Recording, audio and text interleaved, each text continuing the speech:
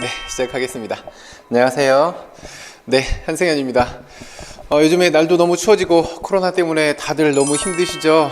어쨌거나 건강 관리 잘 하셔야 되고, 내년에 이제 또 선생님들은 시험 공부를 또 1년 동안 하셔야 되잖아요. 네. 올해 공부하셨던 분들은 정말 힘드셨는데, 그래도 내년 초는 이제 또 코로나 백신이 나올 거라고 이렇게 예상을 하고 있으니까, 선생님들 공부하시는 거는 이제 봄쯤 되면 자연스럽게 좀 풀리고 다시 활기를 찾지 않을까 싶은 생각이 들어요. 어쨌거나 건강한 수험 생활 하시길 바라도록 할게요. 보시죠. 오늘 내년도 22학년도 시험 합격 전략 설명회를 제가 준비해 왔어요. 보시죠. 자, 저는 한승현 전공체육의 한승현이라고 하고요. 그는 누구인가 보시죠.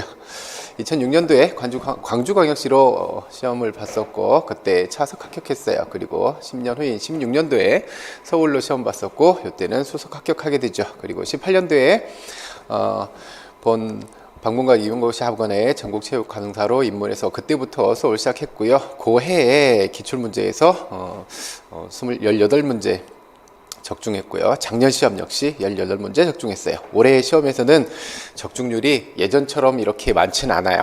그래서 제가 올해는 그냥 다수 적중 이렇게 해놨는데, 정서상 왜 그랬냐면, 이제 선생님들 이제 공부하시면서 기출문제를 올해 출제되었던 부분을 보시면 이제 이해하실 부분인데, 너무 지엽적인 부분들, 생소한 부분들이 출제된 부분이 많아서 올해도 이제 뭐 몇 문제 이렇게 적중했다 이렇게 얘기하는 것 자체가 시험 보셨던 분들한테 정서적으로 좀 별로 안 좋지 않을까 싶어서 그런 얘기를 안 하려고 뺐어요.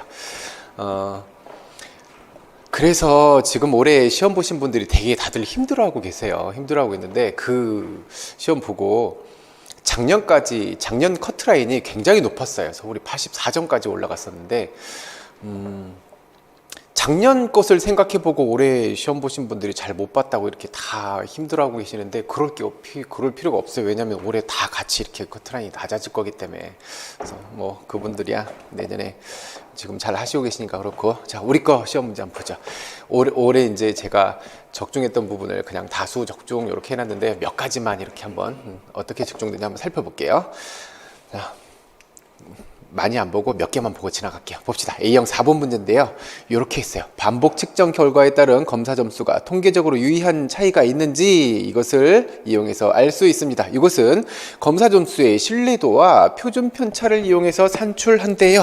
이게 정답이 측정의 표준 오차예요. 측정의 표준 오차는 표준 편차 루트 1 마이너스 신뢰도, 이게 측정의 표준 오차예요. 이 개념이에요. 그리고 제가 냈던 10회 A형 11번 문제를 보면요, 측정의 표준 오차를 직접 산출하라고 하는 게 이때의 문제였어요. 그러려면 이 공식 가지고 있었어야 되겠죠. 표준 편차 주어졌고요, 그 다음에 신뢰도 주어졌고요. 그러면 찾는 거 문제 안 되겠죠. 제가 냈던 문제에서는 신뢰도를 측정의 표준 오차를 직접 산출하라고 하는 문제, 기출 문제에서는 신뢰도와 표준 오차를 이용한 이것을 무엇을 활용하고 있는지를 물어본 문제. 거의 이건 같은 문제라고 봐도. 그 다음 A형 5번 문제에서 출제된 거 봐봐요. 1810년에 독일 국민성이라는 책을 출판한 이분이 누구인지, 그 다음에 1811년에 하젠하이데의 5개 체조장을 개설한 이분이 누구인지를 묻는 게 시험 문제였어요. 답은 얀이죠. 제 모의고사 문제 봐봐요. 얀이 어떤 책을 썼는지요? 독일 국민성이요. 이 정도면 더 이상 적중 얘기 안 해도 되겠죠? 그 다음 A형 8번 볼까요? 수단과 방법을 가리지 않고 이기려고만 하다 보니 거친 파워를 많이 저지르곤 한대요. 머튼의 아노미 이론에 근거해서 이러한 일탈 행동의 유형을 쓰래요. 답은 혁신이에요. 혁신의 특징은 수단은 거부해요. 여기서 이야기하고 있는 수단은 정정당당하게 경기 규칙을 준수하면서 페어플레이를 보이면서 경기에 참여하는 것, 이것을 수단이라고 보고 있고요. 목표는 승리하는 것, 이것을 얘기하죠. 그래서 혁신은 수단은 거부해버려요. 즉 파울이나 거친 행동을 해서라도 어떻게 이기기만 하면 된다라고 생각하는 행동의 결과가 혁신이에요. 봐요. 수단과 방법을 가리지 않고 이기려고만 하는 것, 이것이죠. 모의고사 봐봐요. 8회 B형 7번 문제인데, 3학년 승빈이가 경기 중 상대팀 선수의 속공을 뒤에서 발을 걸었대요. 왜? 상대편 속공이 점수하게 되면 우리 팀이 지게 될 거니까. 그 과정에서의 경기 파울, 규칙 어기면서 파울 해버리죠. 똑같은 문제예요. 혁신. 그 다음에 A형 12번 보면요, 수업을 하게 되면 학생들한테 잘하는 모습을 보이고 싶은 마음도 있고, 그리고 체육교사가 시범을 제대로 보이지 못하면 왠지 교사로서 책무를 다하지 못한 것 같기도 하고, 교사로서의 책무를 다하지 못한 것 같대요. 솔직히 아이들에게 체면도 안 설 것 같대요. 요런 마음 때문에 열심히 운동을 배우고 그것에 대해서 직접 시범도 보여주고 이렇게 하고 싶대요. 외적 동기 규제 유형을 대시와 라이언의 자기결정성 이론에 근거해서 쓰래요. 요 세 가지 중에 답이 어떤 거냐면 의무감 규제예요. 의무감 규제, 이제 요 부분은 공부하시면서 쉽게 가실 부분이니까, 의무감 규제는 요 특징이에요. 심리적 압박감 때문에 운동에 참여해요. 심리적인 압박감, 요거잖아요. 책무를 다하지 못할 것 같은 죄책감이 들어요. 또 체면도 안 쓸 것 같아. 이런 심리적 압박감 때문에 운동에 참여하고 있어요. 그래서 답은 의무감 규제가 되죠. 모의고사 볼래요? 동진이는 배구에 흥미를 느끼고 스포츠 클럽 활동을 시작했다. 시간이 지날수록 재미가 없어져서 클럽을 그만두고 싶었지만 선생님과 동료들로부터 부정적인 평가를 받기 싫어서, 이게 심리적 압박감이죠. 이런 심리적 압박감 때문에 운동에 참여하고 있는 것, 같은 문제예요. 네, 기출문제는 이 정도로 잘난 척하고 넘어갈게요. 오늘은 첫 번째 시험이 선생님들 준비하시는 시험이 어떻게 치러질 것인지, 그 다음에 임용시험은 과연 얼마나 어려운 시험인 것인지, 그 다음에 제가 들려주는 합격 비법이 어떤 것인지, 그 다음에 저는 올해 수업을 이렇게 준비할 것이에요 라고 이렇게 준비했어요.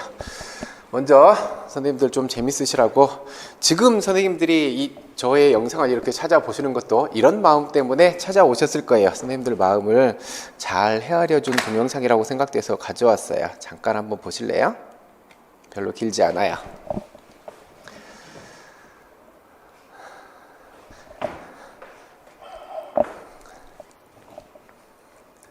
자, 문제가 주어지고 답이 6인지 8인지 선택해서 자리를 잡아야 돼요.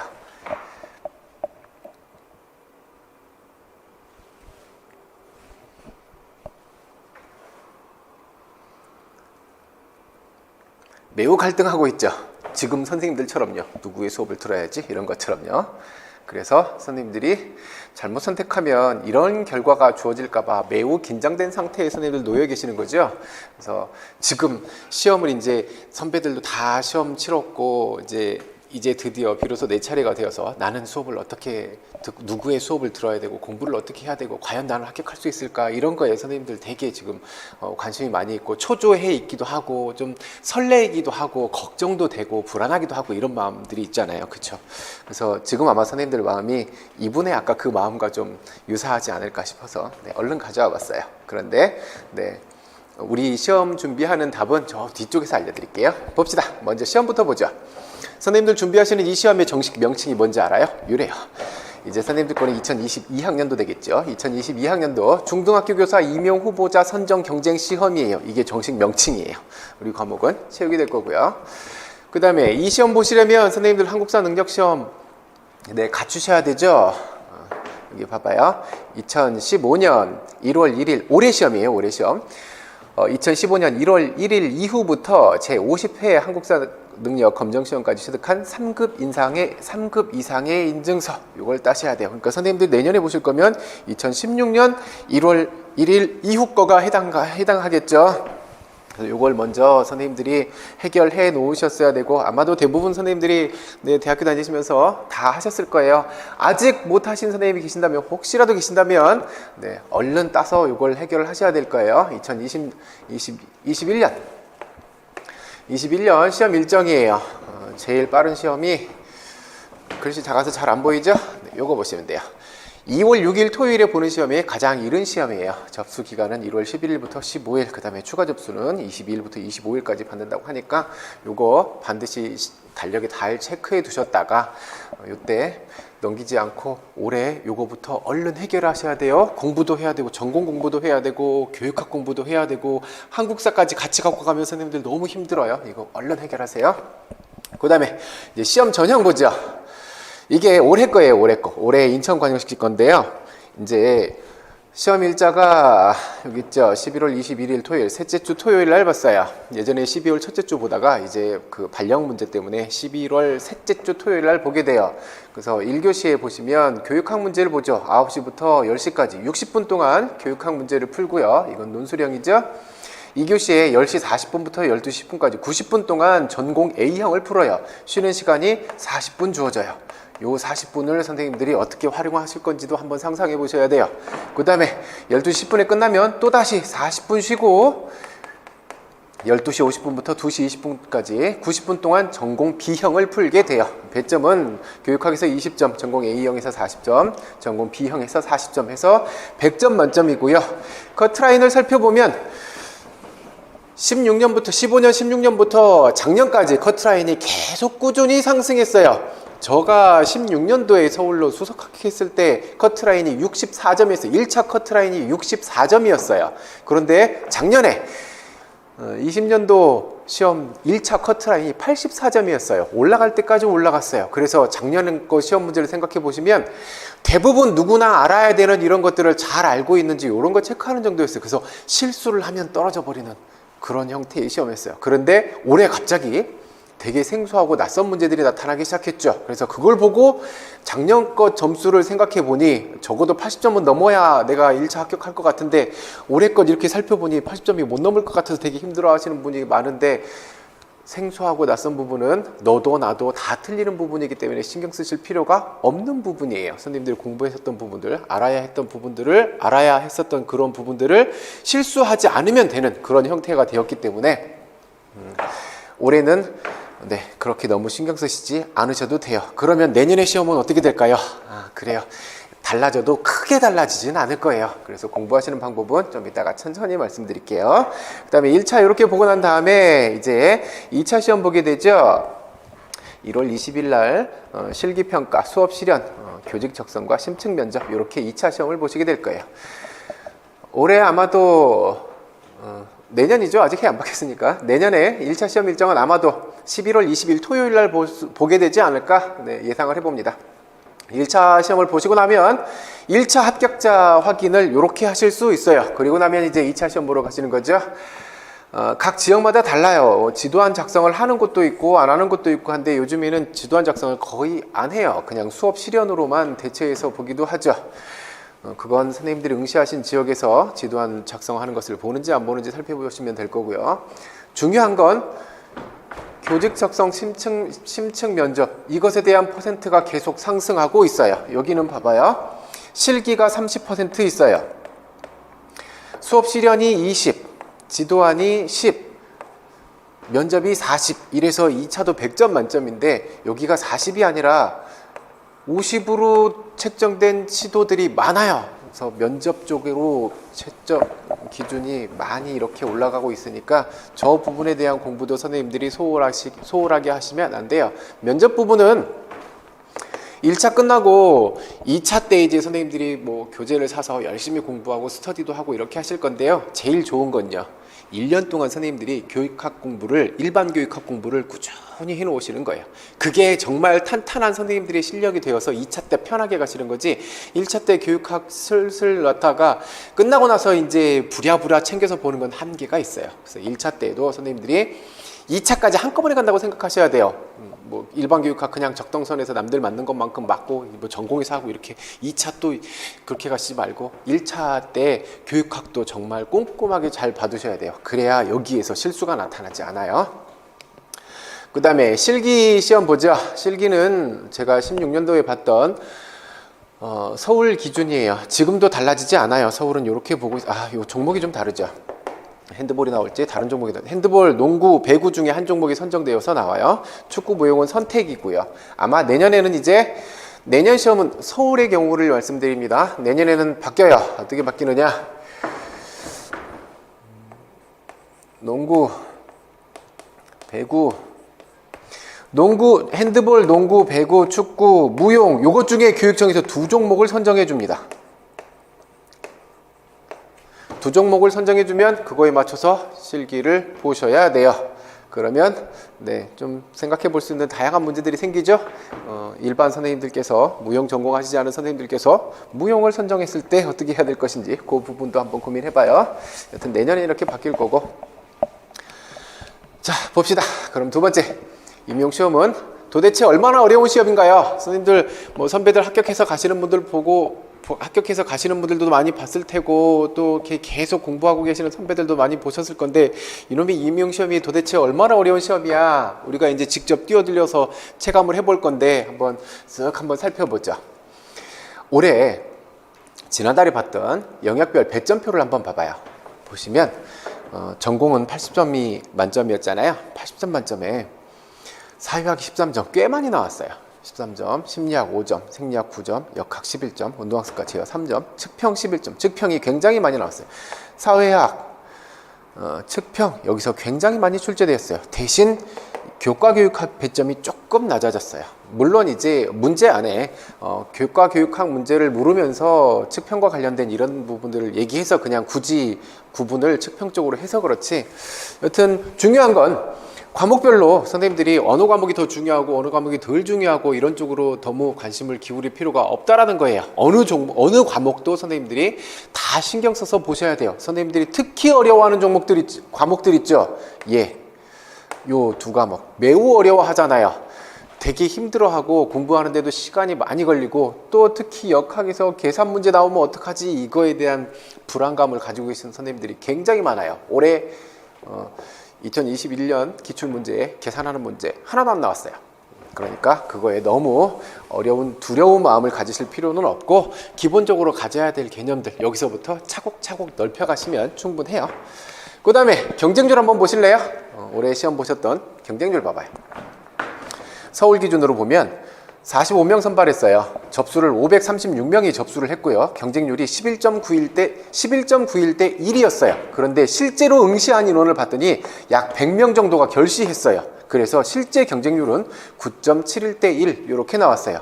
경기도는요 112명 선발에 1252명 응시했고 11.18대 1의 경쟁률이었는데 실제 응시한 사람들을 봤더니 10.1대 1 이렇게 나왔어요. 시도마다 다 보기 어려워서 경북권만 뽑아봤어요. 여기는 8.96대 1 이 정도 돼요. 전국 평균 다 내보면 약 10대 1 정도 돼요. 10대 1 정도의 경쟁률을 가지고 시험을 보시게 될 거죠. 10명 중에 1명이 합격하는 시험인 거잖아요. 그렇죠? 어떨까요?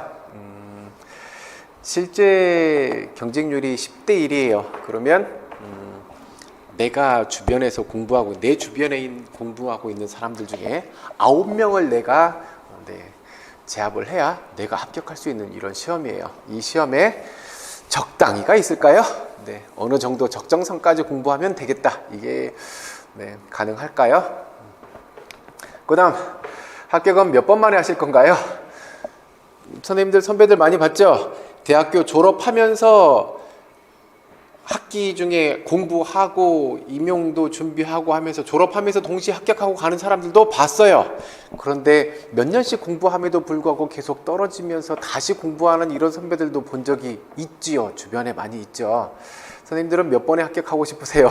그걸 물어봐. 내년에 바로 한 번에 합격하고 싶지. 작년이네요. 자꾸 해가 안 바뀌었는데 작년에 저랑 공부하고 합격하셨던 분이 5년, 6년 이렇게 공부하셨어요. 되게 오래 공부를 하셨어요. 이분들이 저에게 하셨던 말씀이 뭐였냐면 이 시험뿐만 아니라 다른 시험을 보셨던 분도, 공무원 시험 보셨던 분도 한 7, 8년 공부했대요. 그분들이 똑같이 하신 얘기가 있어요.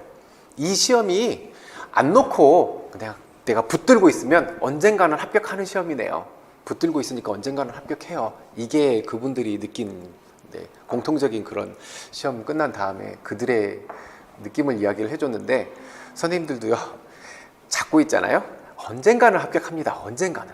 그런데 그 4년 5년을 공부하는 동안 얼마나 고통스럽고 힘들어요. 그렇죠? 정말 힘든 시간을 보내셔야 되잖아요. 선생님들이 원하는 것이 한 해에 합격하는 것이면요, 선생님들이 5년 동안 공부해야 될 걸 한 해에 쏟아부으면 돼요. 자, 더 살떨리는 얘기 해드릴까요? 봅시다. 경기도 봐요. 경기도 112명 선발해요. 그러면 1차 선발을 1.5배수 뽑습니다. 그러면 112명에 대한 1.5배수니까 112명, 저기에 한 60명 더, 약 170명 정도 보겠죠. 170명 정도가 2차 시험 보러 갈 거예요.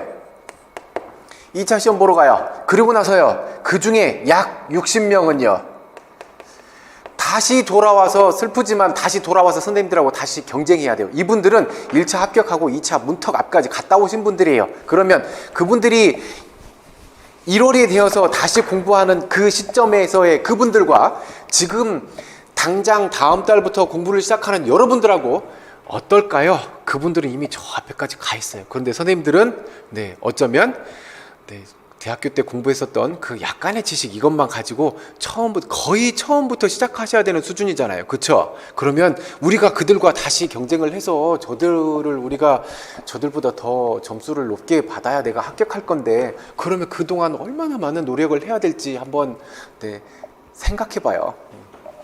적당히는 없어요. 제가 늘 드리는 말씀인데, 임용시험에 적당히는 없어요. 그러면 임용시험은 정말 알고 보니 정말 얼마나 어려운 시험인가 살펴봤더니, 저 사람들 다 했어요. 그도 했고 그녀도 했고 다 해냈어. 왜 여러분이라고 못할 이유가 뭐 있어요? 누군가는 한다니까요. 열심히 하시면 할 수 있어요. 적당히는 없는 시험이 임용이지만요, 정말 열심히 공부하면 합격합니다. 그게 임용시험이에요. 제가 2번을 증명하고 왔어요. 하면 돼요. 못할 시험이 아니라는 거예요. 그 다음에 이제 제가 들려주는 합격 비법, 요걸 한번 들어보시죠. 뭔가 대단한 게 숨어 있어서 비법이라고 표현한 것 같은데, 봅시다. 1년 동안 수업을 들으시면서 공부할 거잖아요. 결석하지 마세요. 결석을 해버리면요, 놀고 싶은 마음, 결석하고 쉬고 싶은 이것이 관성이 붙어버리면 공부하고 멀어져 버려요. 멀어지면 내가 잡고 있던 목표에서 멀어질 거고, 그러면 힘들어져요. 발 담그고 시작했다고 맘먹었으면요, 정말 이마에서 피도 안 나게 노력하셔야 돼요. 절대 결석을 하시면 안 돼요. 합격한 사람 중에 성실하지 않은 사람은 없어요. 성실함이 없이 시험에 합격할 수 있는 사람은 아마도 없었어요. 그 다음에 인터넷을 하는 것, SNS 하는 것, 그 다음에 휴대폰 갖고 게임하는 것, 휴대폰이 아니더라도 게임하는 것, 이런 시간이 좀 줄어들어야 돼요. 여기에 사용되는 시간이 너무 많으면요, 상대적으로 선생님들이 공부에 투입할 수 있는 시간의 양이 너무 적어요. 그러면 저 위에 있는 저들의 실력 갖추고 저 위에 있는 사람들 선생님들이 가 잡아야 되는데 안 돼요. 그만큼의 시간을 선생님들이 확보해야 돼요. 지금 당장 1월 1일부터 공부를 시작하는 이분들하고 저 위에 있는 분들하고요, 주어진 시간은 똑같이 갖고 있어요. 누구에게나 다 11월 20일까지 공부할 수 있는 시간 똑같이 있어요. 그 시간을 내가 얼마만큼 나한테 유익한 시간으로 만들 수 있느냐가 내가 얼마만큼 실력을 쌓아가느냐하고 비례하는 얘기가 될 거예요. 그러니까 선생님들이 시간 관리를 정말 아깝게 하셔야 돼요. 아껴서 하셔야 돼요. 그 다음에 서브노트를 반드시 만드셔야 돼요. 이걸 안 만드시면 내가 어느 부분을 공부를 해야 되고 어디까지 알고 있고 내가 모르는 부분이 무엇인지가 체크가 안 돼요. 이게 안 만들어져 있으면 나중에 시간이 흘러서 뒤에 가서 시험이 임박해 있을 때 선생님들의 마음은 이제 조급해지기 시작하고, 범위가 결정되지 않아서 그 많은 책들 다 펼쳐놓고 어디서부터 어디까지 다 못 봐요. 그래서 서브노트를 만드셔야 돼요. 그래서 내가 그동안 해왔던 노력들, 이것들을 내 눈으로 확인을 해야 돼요. 내가 이 시간만큼 투자해서 이만큼을 만들었구나, 내가 이 시간 투자해서 이만큼을 내가 다 소화해냈구나, 내가 다 암기했구나, 이런 것들을 눈으로 확인해 가야 선생님들이 1년 동안 공부하면서 안 지쳐요. 1년 동안 공부를 하시면서 선생님들이 단 한순간도 흔들림 없이 시험 보는 날까지 흔들림 없이 우직하게 앉아서 끝까지 공부할 수 있었어 라는 분이 계신다면 시험 잘못 선택하신 거예요. 다른 거 보러 가셔야 돼요. 저기 행시나 사시 보러 가셔야 돼요. 분명히 흔들립니다. 공부하시다 보면 흔들려요. 그래서 그 흔들림을 선생님들이 좀 최소화하실 수 있는 그런 방법이 필요해요. 그 중에 하나가 얘예요.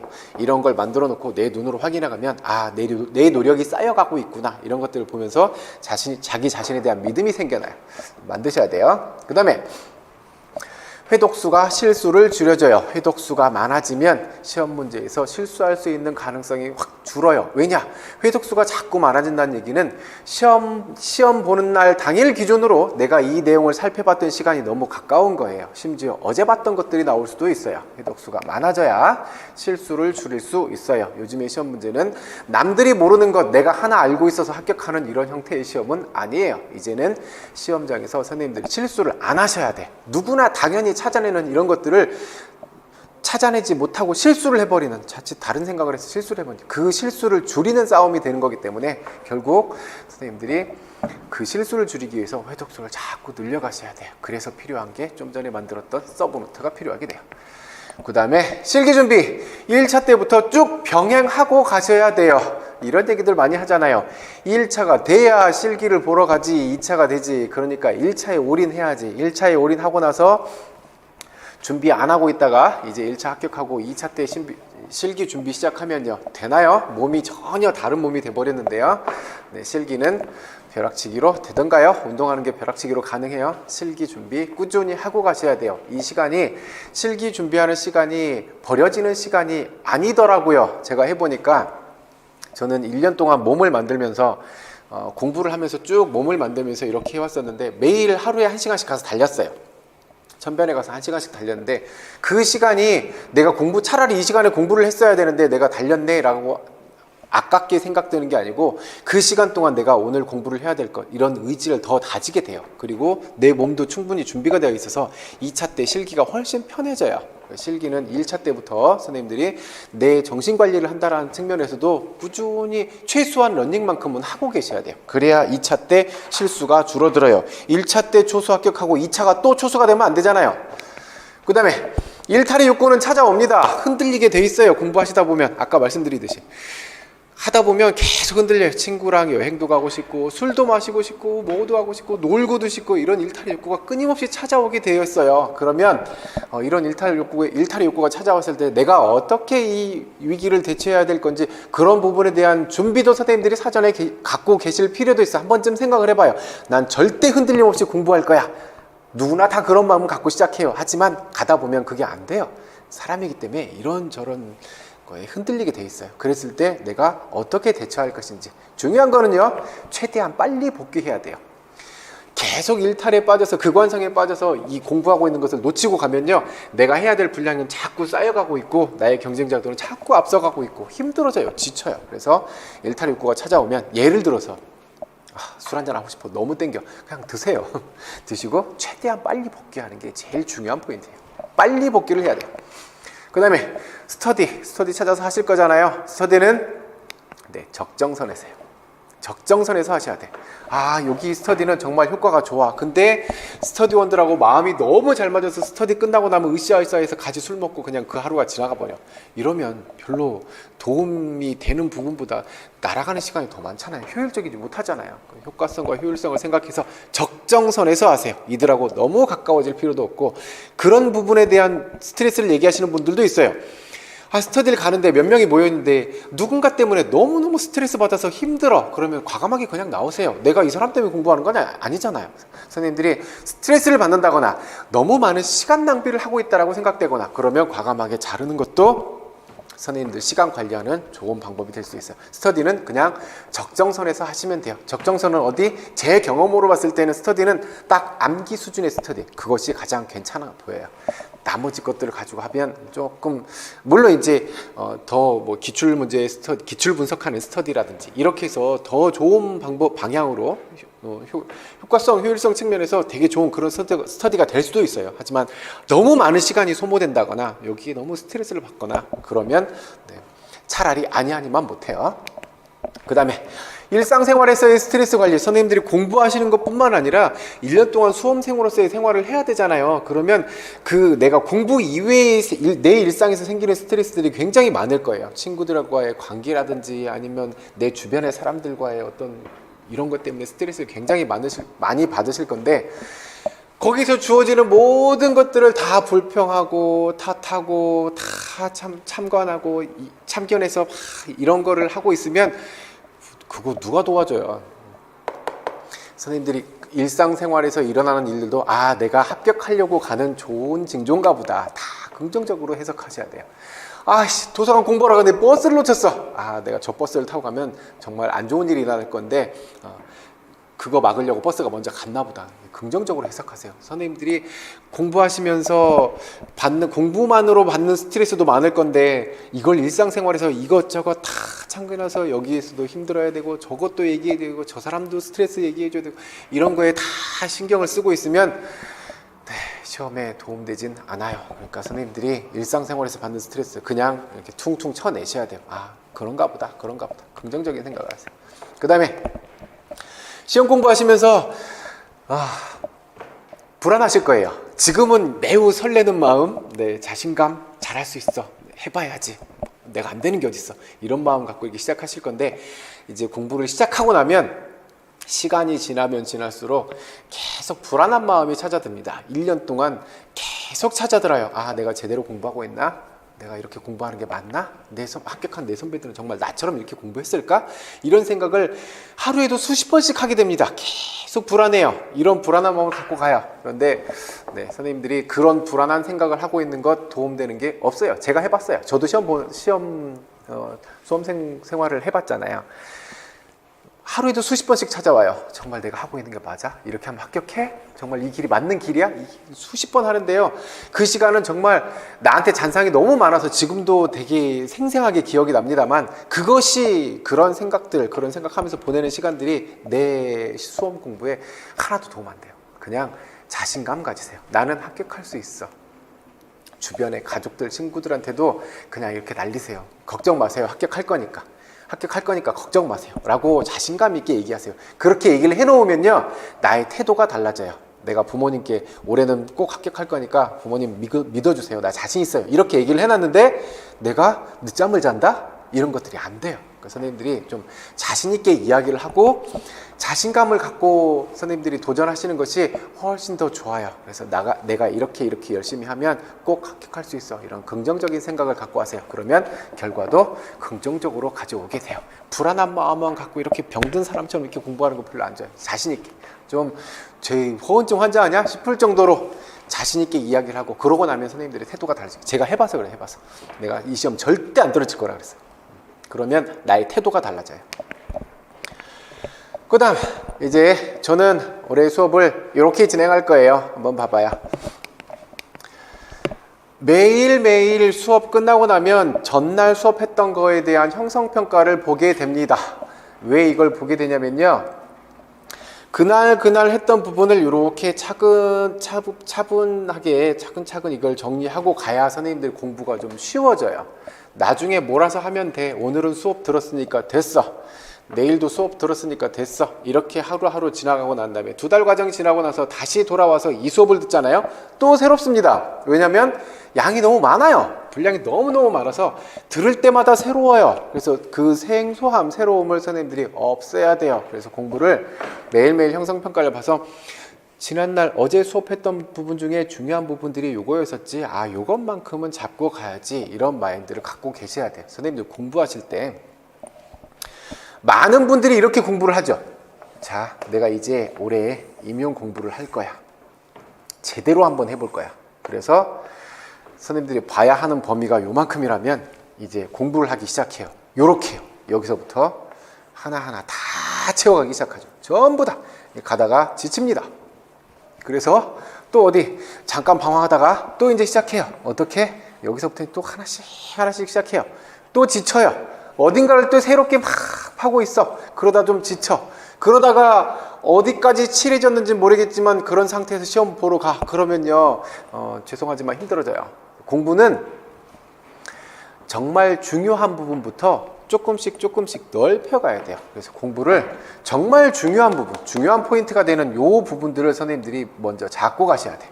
그 다음에 이것이 확실해지면 조금 더 넓혀가는 식으로, 조금 더 넓혀가고 이렇게 넓혀가서 정말 중요한 부분, 핵심이 되는 부분들을 선생님들 역량의 한계 내에서 얼마만큼 내가 많이 넓혀놓고 시험을 보러 가느냐, 그것이 선생님들이 실력을 쌓아놓는 것이지, 정말 어느 한 구석에서 지엽적인 문제가 나올 수 있는 거 내가 이거 봤어. 근데 정작 중요한 아이들, 정말 빈도 높게 출제되고 있는 요 부분들에 대한 소화를 다 못한 상태에서 요 끝에 있는 부분들 요런 거 하나 맞춰보겠다고 시간 투자하고 이러다가 여기서 실수해버리면요, 별로 효율적이지 못한 공부가 돼요. 그래서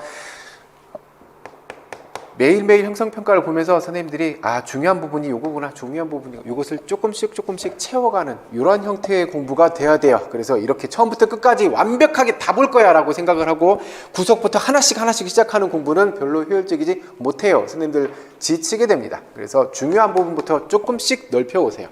그리고 이제 매월 말에 한 달 동안 해왔던 단원에 대한 것들 다 묶어서 형성평가, 월말평가 다시 볼 거예요. 그러면 이달에 매우 중요하게 다 봐야 되는 부분들이 요 부분들이구나. 대부분 여기에서 나오는 부분들은 기출문제 수준이에요.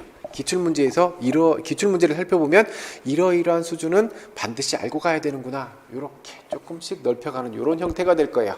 그래서 이것을 반복하게 되면 정말 중요하게 다뤄야 되는, 또 기출문제에서 봐야 되는 이 부분들은 확고하게 잡고 가게 됩니다. 그 다음에 이 부분, 월 1회에 실기 지도를 하고 있어요. 작년에 후배하고 얘기를 해서 여기서 별로 멀지 않은 곳에 후배 학교를 하나 그 체육관을 빌려서 토요일날, 매월 말 토요일날 실기 지도를 전 종목을 다 하려고 그랬어요. 체육관 안에서 축구 리프팅부터 농구, 배구, 핸드볼, 높이뛰기, 체조 전부 다 할 수 있는 건 스포츠데이로 정해서 다 실기 하루를 해야지라고 얘기를 하고, 후배도 좋아요, 형님 원하시면 언제든지 와서 제가 해드릴 테니까 시간과 날짜만 잡아놓고 얘기를 해주세요. 그런데 코로나 때문에 못했죠. 작년에는 그거 못하고 한 달에 한 번씩 저거만 했어요. 체조만 했어요. 여기 근처에 멀지 않은 곳에 체조 연습장이 있어서 체조 연습장 대여해서 이렇게 한 달에 한 번씩 체조를 했죠. 그래서 그거 하고 나니까요, 선생님들이 핸드스프링을 안 해봤대요. 못했대. 안 해보셨대. 이런 분들이 몸이 좀 준비가 되시면 몇 번 와서 이렇게 한 달에 한 번씩 하는 건데도, 3시간씩 했는데 한 달에 한 번 하는데도 충분히 서시더라고요. 되게 효과가 나쁘지 않았어요. 좋았어요. 그래서 올해도 이제 한 3월 정도 되면 코로나 백신 나온다고 하니까, 그러면 이제 아마 봄쯤 되면 우리 이거 가능할 것 같아요. 실기지도 가능할 것 같아요. 그래서 한 달에 한 번씩 가서 충분히 실기도 맞춰가면 선생님들이 자신감이 형성 훨씬 더 업될 거니까 그렇게 계획하고 있어요. 이제 일반적인 이야기 말고 저 특색 있는 이야기만 해드렸어요. 그 다음에 연간 일정 봐봐요. 저는 요 일정을 가지고 있어요. 1, 2월에 기초 이론 봐요. 요렇게요. 봐야 할 부분, 정말 중요한 부분들 볼 거고요. 3, 4월에 심화 이론 볼 거예요. 조금 더 넓혀줄 거고요. 5, 6월에 기출 분석, 기출문제에서 다뤘던 부분이면 기출문제에서 다뤘던 부분만 선생님들이 다 소화하고 가면요, 1차 시험 충분합니다. 충분히 합격할 수 있어요. 그런데 이제 문제는 1차 커트라인하고 1차 커트라인하고 1.5배수기 때문에 여기서 내가 좀 안정권은 좀 다르죠. 그래서 기출 분석까지 살펴보면 어지간하게 출제돼야 될 중요한 부분은 다 살펴보게 돼요. 그 다음에 7, 8월에 문제풀이 볼 거예요. 문제풀이는 이제 기출에서 다뤘던 부분뿐만 아니라 이런 필요한 부분들까지 선생님들이 다 살펴볼 거예요. 이제 전형을 다시 볼 거고, 이제 9, 10월 모의고사에서 이렇게 다 입력하셨던 이 내용들을 실제 문제에서 얼마만큼 응용해서 내가 잘 꺼내볼 수 있는지 요 실전 연습을 선생님들이 하고 가실 거예요. 9, 10월 모의고사 기간에는 요거 좀 집중을 많이 하셔야 돼요. 모의고사 아까도 살펴보셨듯이 모의고사에서 나왔던 요 문제들이 여기 실전 문제에서 똑같이 나온 케이스가 굉장히 많아요. 제가 첫 해 때에는 제가 직접 만들었던 문장인데 문장이 똑같이 출제된 적이 있더라고요. 되게 소름 끼친 적이 있어요. 이때 잘 보셔야 되고, 11월에 이제 총정리를 다시 해요. 이렇게 살펴봤던 부분들을 모의고사 끝난 다음에 이제 이렇게 응용해서 꺼내낼 수 있는지 실전 연습하시고 난 다음에, 이거 끝나고 난 다음에 11월에 마지막 다시 한번 요 공부했던 부분을 처음부터 끝까지 다시 한번 다 총정리를 하고 가실 거예요. 그래야 시험 보러 갔었을 때 실수를 안 해요. 요거들 먼저 하고 모의고사가 뒤쪽에 가면요, 모의고사 기간에 선생님들이 다 무슨 일을 하고 계시냐면 다른 선생님들 시험 문제는 뭐 나왔는지, 또 주변에서 누가 출제 들어갔다더라, 뭐가 문제로 나온다더라, 이런 얘기들을 계속 하더라 통신을 통해서 계속 이런저런 얘기를 듣고 다니죠. 그러면 그 시기에 그 얘기를 들으면요, 그거 안 찾아볼 수 없어요. 왜? 누구나 그래요. 찾아볼 수밖에 없어요. 수험생이기 때문에. 근데 정말 봐야 될 중요한 요 부분들 놔두고 뭐 나온대 이런 거 캐고 다녀서 효과가 없어요. 정작 중요한 요 부분들을 놓치면 안 돼요. 그래서 11월에 다시 한번 요거 정리하고 갈 거예요. 이렇게 가시면 올해도 지금 작년에 저랑 공부하셨던 분들이 전화가 왔어요. 너무 잘 봤대. 자기가 생각해봐도 시험을 너무 잘 봤대. 그래서 지금 너무 설레는 마음으로, 정말 기쁜 마음으로 지금 2차 준비하고 있죠. 정말 이만큼 들떠 있어요. 그래서 선생님, 끝까지 방심하지 마. 방심하면 안 되니까 내가 시험 잘 봤다고 생각하더라도 그냥 포커페이스 유지하고 끝까지 차분하게 끝까지 그냥 돌다리도 둘 돌아가는 심정으로 차분하게 끝까지 꼼꼼하게 준비해야 실수가 안 나타나지. 너무 이렇게 들떠서 이렇게 있으면 안 되니까 그냥 포커페이스 유지하고 이렇게 성실하게 조금씩 맞춰갑시다. 네, 알겠어요 하더라고요. 그래서 올해도 아마 많은 분들이 교단에 서시지 않을까 싶어요. 선생님들도 이제 내년에 공부하시면 꿈에 부푼 자리에 갈 수 있으니까. 자, 제가 시험을 2번을 합격하고 나니까요, 2번째에는 느낌은 좀 덜했고, 첫 번째에 어떤 느낌이었냐면요, 아까도 그랬잖아요. 시험 공부를 하고 있으면서 하루에도 수십 번씩 내가 정말 제대로 공부하고 있나? 맞는 일을 하고 있나? 나의 선배들은 나처럼 정말 공부해서 합격하고 간다? 이 생각을 10월, 11월까지 계속해요. 이 불안감이 계속 찾아와요. 그래서 그때의 느낌은 이런 느낌이었어요. 우리 공부하고 있는 많은 사람들 중에 누군가 하나를 이렇게 딱 선택받아서 가는 거구나. 근데 내가 정말 이렇게 공부하고 있으면 내가 이렇게 눈 감고 뭔가를 뽑아내는 이런 것처럼 내가 선택받을 수 있을까? 그 불안함이 정말 많았어요. 그런데 합격하고 나니까요, 합격하고 나니까 정말 내가 열심히 공부해서 준비를 하면요, 날 데려갑니다. 선생님들이 관심을 가져셔야 할 부분은, 내가 저들을 어떻게 경쟁해서 이길 수 있지, 저들보다 어떻게 내가 더 높은 점수를 받아야 되지, 여기에 신경 쓰실 게 아니에요. 선생님들이 실력을 차곡차곡 쌓아서 선생님 수준이 이렇게 올라가 있으면요, 알아서 모셔갑니다. 저들과 경쟁해서 이겨야 되는데 어떡하지, 여기에 목표를 두지 마시고, 선생님들의 목표는 어제보다 나은 내 실력, 오늘보다 내일이 더 나은 내 실력, 내가 실력을 이만큼 이렇게 쌓아가서 내가 수준을 올라가면 합격은 자연스럽게 되는 거야 라고 생각하셔야 1년 동안의 스트레스가 없어요. 저 사람 이겨야지라고 맘먹으면 내가 스트레스 받아서 공부를 못해요. 학원에 공부하러 와도 공부하고 지나가다가 추리닝 입고 지나가는 이런 사람들만 봐도 제 체육 전공인 것 같은데 제가 공부를 잘하나? 내가 나중에 쟤를 이겨야 되는데 상대가 되나? 이런 스트레스를 받으면 선생님 못 살아요. 스트레스 받아서. 그러니까 선생님들이 가장 먼저 하셔야 될 건, 먼저 선생님들이 준비를 하셔야 돼요. 그리고 난 다음에 실전에 가면 준비해왔던 것들을 실수를 하지 않으면 돼요. 그 실수를 방지하기 위한 방법들은 아까 설명해드렸고, 1년 동안 선생님들이 지금 준비하셔야 될 건 그거 하나예요. 지금 잔뜩 부푼 마음을 가지고 기대와 설레임을 가지고 준비하고 계실 건데, 선생님들이 준비하실 건 올 한 해 끝내보자, 어디 한번 해보자. 그 경쟁 상대는 타인이 아니라 선생님들 자신이 되어야 돼. 놀고 싶은 나, 쉬고 싶은 나, 자꾸만 다른 것에 유혹에 빠지려고 하는 나를 건져낼 수 있는 그 마음가짐, 그걸 준비하고 계셔야 돼요. 아까 우리 경쟁률 살펴봤잖아요. 그 10대 1 정도 되는 경쟁률, 그것보다 정말 중요한 경쟁 상대는 선생님들 자신이에요. 근데 중요한 건, 노량진에서 24시간을 공부만 하고 있는 이런 사람들에 비해서 학교 다니면서 학교 공부하고 과제도 해야 되고 학교 시험도 봐야 되고 심지어 졸업 논문까지 해야 되는 이런 사람들이 먼저 합격한 케이스도 있더라는 거예요. 그러니까 단순히 시간만 투자한다고 해서 먼저 가고 시간이 부족해서 늦게 가고 그런 것도 아니더라는 거예요. 정말 열심히 하면 누군가는 합격하더라라는 거죠. 그리고 선생님들 주변에서 선배들의 케이스를 한번 잘 떠올려 봐요. 이게 되게 무서운 얘기예요. 공부 열심히 했던 선배들 보이죠? 1년 동안 늘 도서관에서만 보이고 노는 모습은 단 한 번도 안 보이고 늘 열심히 공부하는 선배들 보이죠? 이런저런 선배들 많이 있었잖아요. 그쵸? 1차 시험 딱 끝나고 났어요. 혹은 최종 시험 끝나고 났어. 누구는 합격하고 갔어. 누구는 합격 못하고 다시 준비해야 돼. 선생님들 무슨 생각해요? 그들에게. 저 선배는 정말 열심히 공부했는데 너무 아깝다. 공부는 이 선배가 더 많이 했는데 어떻게 저 선배가 먼저 합격하고 갔지? 이런 생각 하나요? 안 한다니까요.